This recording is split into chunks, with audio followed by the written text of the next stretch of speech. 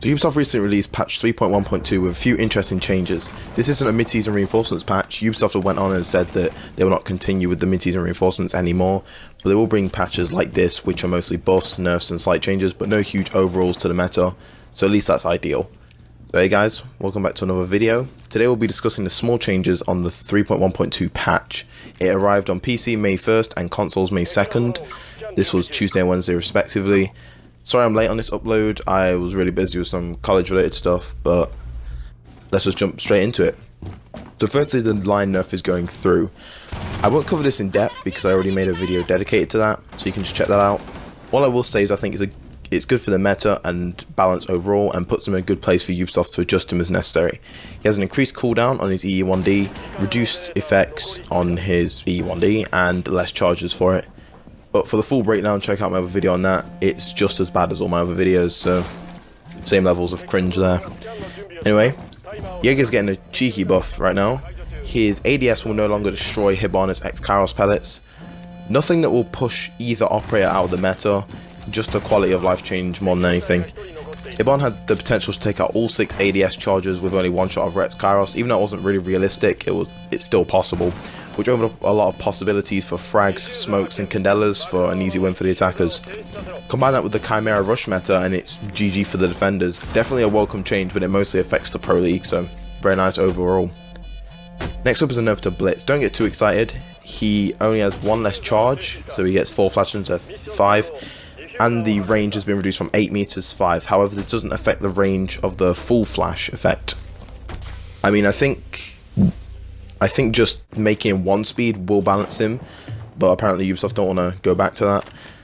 I hate Blitz more than any operator right now, even Lion, so I'd like to see something more heavy-handed. The flash itself isn't the problem, it's how he can sprint whilst fully protected and take you out no problem. I think there needs to be a bit more risk associated with that. Maybe his arm out whilst he's sprinting so it's not behind the shield. Just a suggestion though. Pair that with his damaging and reasonably accurate sidearm with its high mag capacity and it's GG to the defenders pretty much. Vigil will be receiving a nerf, no surprise here. After Ella's big nerf in Chimera, we saw Vigil rise to the top with his roaming potential, and now that seems to be toned back. His gadget now lasts up to 12 seconds rather than 30, but the recharge time has gone from 12 seconds to 6. Overall, he'll require more skill in terms of applying his ERC where necessary, as opposed to burning 30 seconds with 1 button press. A good change, which will definitely separate the OK Vigils from the good ones. Next nerf is to Hibana. She'll be losing her Claymore, which is being replaced by a breaching charge. This really won't do much to Hibana, but it does reduce her overall utility, which she has so much of. Most people will likely opt for the stun grenades, as breaching charges are by far the worst offensive gadget. That doesn't mean they're not applicable though. I never thought of a change like this, but it's definitely a good way to bring her more in line with other operators, other attackers. Although I doubt her pick rate will plummet, it does give more room for Thermite, since Thermite has more utility when it comes to having that Claymore option.